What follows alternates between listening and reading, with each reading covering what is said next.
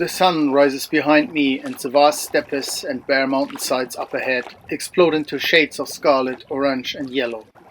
I traverse the bay of Baikalskoye towards Talaya, the last settlement for the next 270 kilometers. A plume of smoke is billowing straight up into the air from the solitary chimney. 5 hours of undisturbed sleep and the world already seems a lot rosier. I had a wild dream last night. I had been invited for dinner, a proper Tuareg wedding reception with all the trimmings.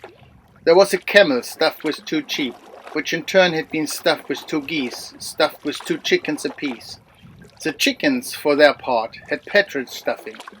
I watched them all being prepared, my mouth watering. The colossal, carefully concocted dish was crammed into an earthen oven to cook for 2 days.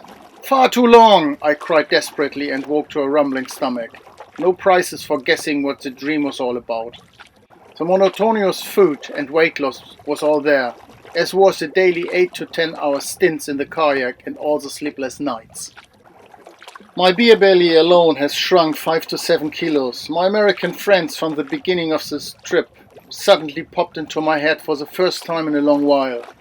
They were making fun out of my fat-stored body, just racers they were. When I inquired about them, Catherine promised to have a look at their homepage to see where they are. My money is on them already being back in the States, the rate they were going, and selling their story to Hollywood, like the vast and the tough, the time chaser heroes or so. None of the people I have met on my travels have mentioned them. Probably they were simply too fast for the Russians. This stretch of the coast is simply divine.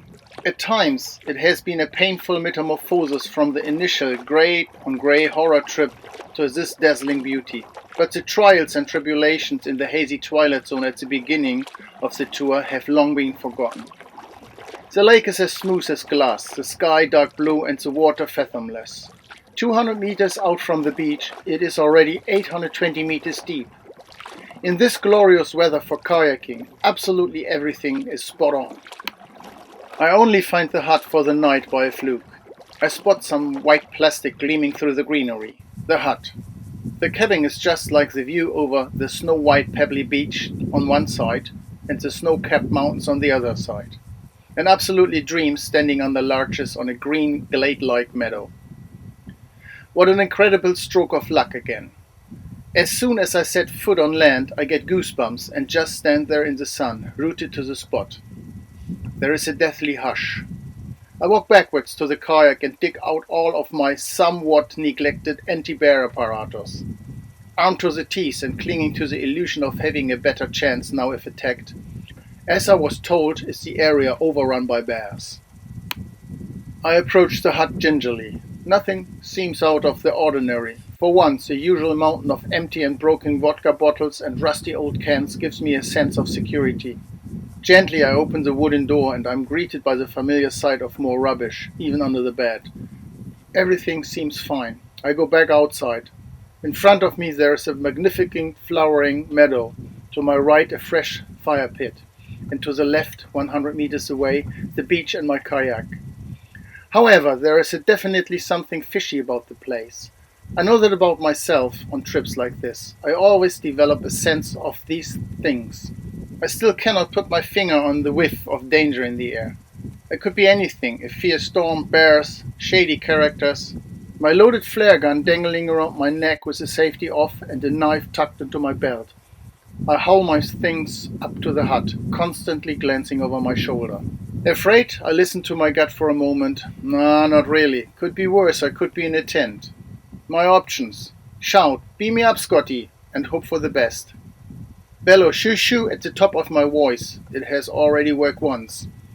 Hang a sign on the door saying bears keep out.